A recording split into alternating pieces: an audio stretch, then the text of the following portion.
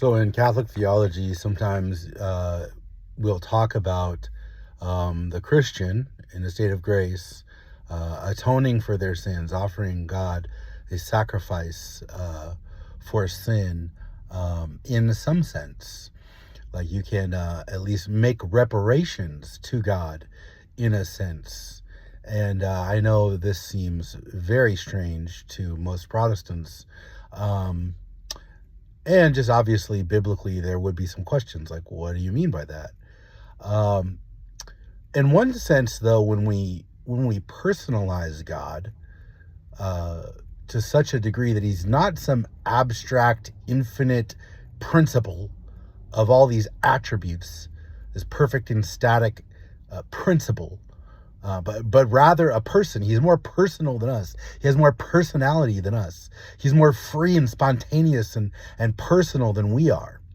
All those attributes that we have are only finite in our participation in His infinite personhood, that He's a real person. And we talk about, man, people in the world are sinning against Him and offending Him. It's like, man, if someone was insulting my wife, and doing wrong things to my wife, I would want to like be extra nice to her and make it up to her and like make her feel better.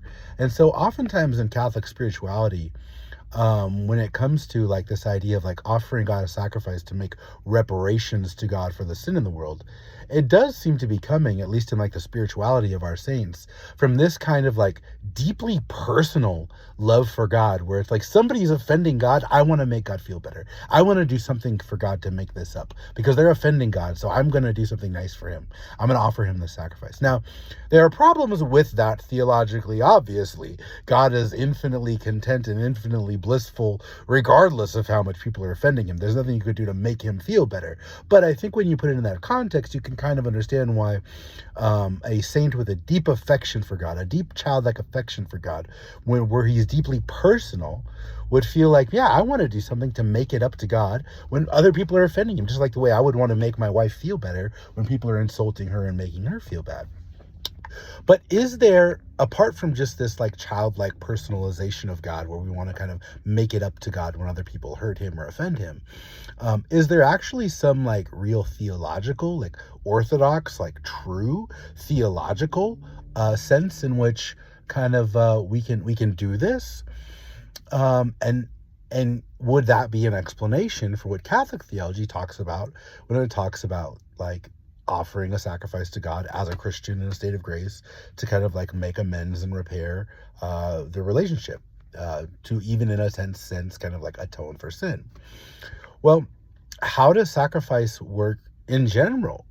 Like, how does Christ's sacrifice work even? In Catholic theology, we would talk about a vicarious satisfaction where Christ on our behalf offers Himself to God for us, and that offering is so pleasing, it's infinitely pleasing to God, that it makes up for, all of the offenses against His justice. It satisfies justice on our behalf.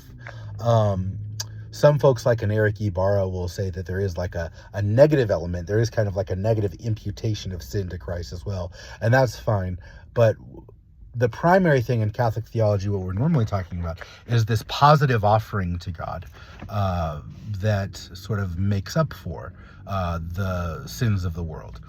Now, how would it work for us when we do something like offering ourselves to God? Like, let's even remove the language of sacrifice, but that is kind of what we're talking about here.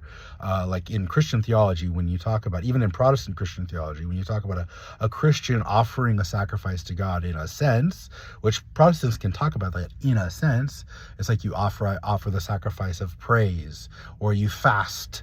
That can be like a sacrifice that you're offering to God. You're fasting. How do these things work? And is there a sense in which grace flows through those things that can overcome, even if not make up for, but or atone for, but that can overcome the other effects of sin in the world?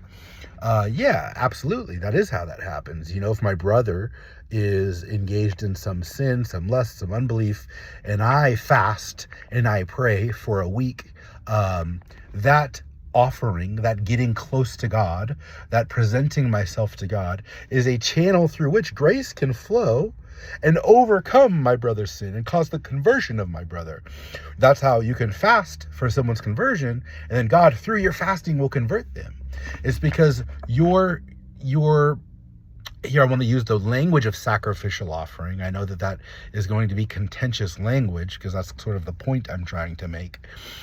But you are doing this thing where you're giving yourself to God. You're giving something up for God. You're getting close to God. You're making God first, and you're enduring some sort of inconvenience and some sort of suffering to get close to God, to be a channel through which grace comes into the world.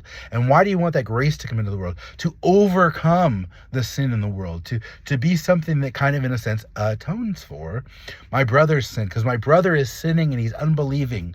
And I want God to overcome that in his grace. I want grace to overflow into that situation. So is there a sense in which I can offer something to God to atone for my brother's sins? We might not like that language, but that seems to be pretty clearly, at least a not inaccurate way of speaking, as long as our terms are defined properly.